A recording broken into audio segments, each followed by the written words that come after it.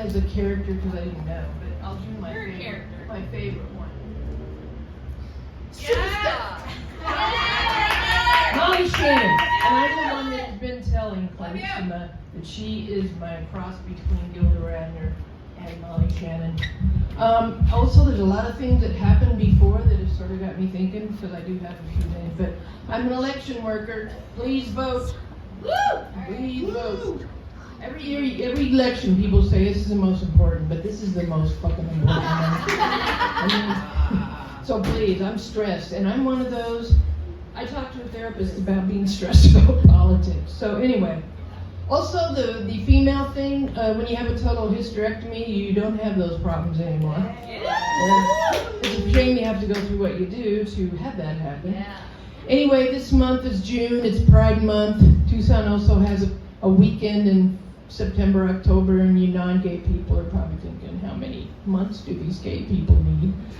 But, you know, June, look at June. There's no way we're going to have a parade and a picnic. The drag queen's makeup would be down to their feet after about 5 minutes in. Also, I feel like I'm a victim of a different kind of discrimination. I was born and raised in Tucson. And what would happen is my brother, he's 2 years younger, he would play with my dolls. And so one year for Christmas, my mom got him, it was a new thing, a baby boy doll. No genitalia, but short hair and a little boy outfit. And my dad had a shit fit, got irate, and said, "You're gonna make him a sissy." Now at this point, I didn't know what sissy meant. I thought it meant that you're not very strong. But I would play with the Matchbox cars. He never said a frickin' word. And then my brother one day was helping my mom in the kitchen, and he probably just walked by and she said, "Help me with this." And I was outside doing yard work for my dad, and he goes in to go to the bathroom, and I hear him yell, "What the hell is he in the kitchen for? You're gonna make him a sissy." So they were always worried about my fucking brother being a sissy. They never thought anything about me. And my mom was a perfectionist inside, and my dad was a perfectionist outside. So I'm a nut perfectionist. It took a stroke to slow me down a bit, so I have somebody clean my house. Anyway, he came outside after he yelled at my mom about him helping out in the kitchen, and he comes outside and says, "You about done waxing the boat?" And I'm like, you fucking people. I mean, I cannot believe, not that I wanted him to pick on me, because when I did come out of the closet, they disowned me.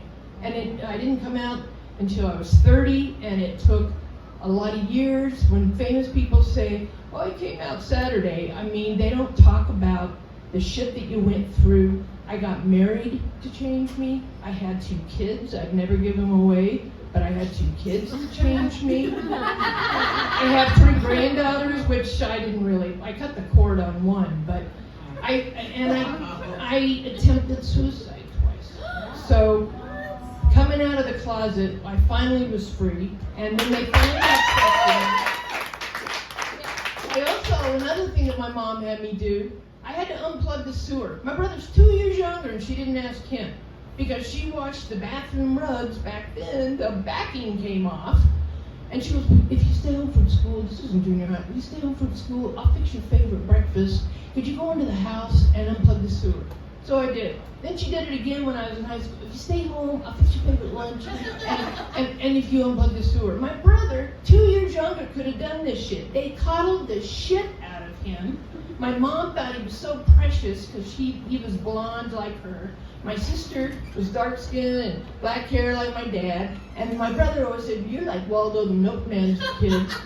And Waldo was an albino, so I don't know why, but I did have a great aunt and uncle from the same parents that had reddish hair. Mine is brownish red, but it's gotten much lighter over the years. And also, he screwed up in school. They didn't do anything. I was a straight A student, honor society. I was an athlete, believe it or not. CDO, or Canyon Del Oro, was a AA school.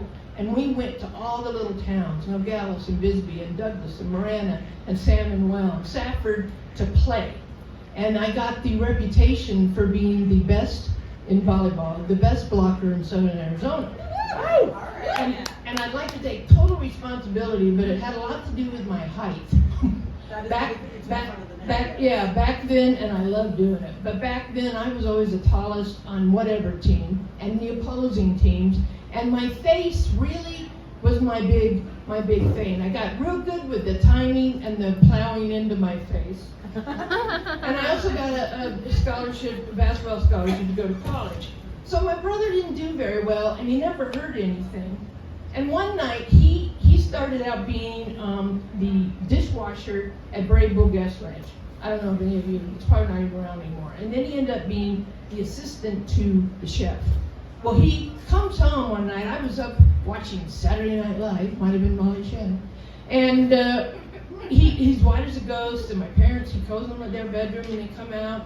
And I'm listening to what's going on. His VW was riddled with bullets.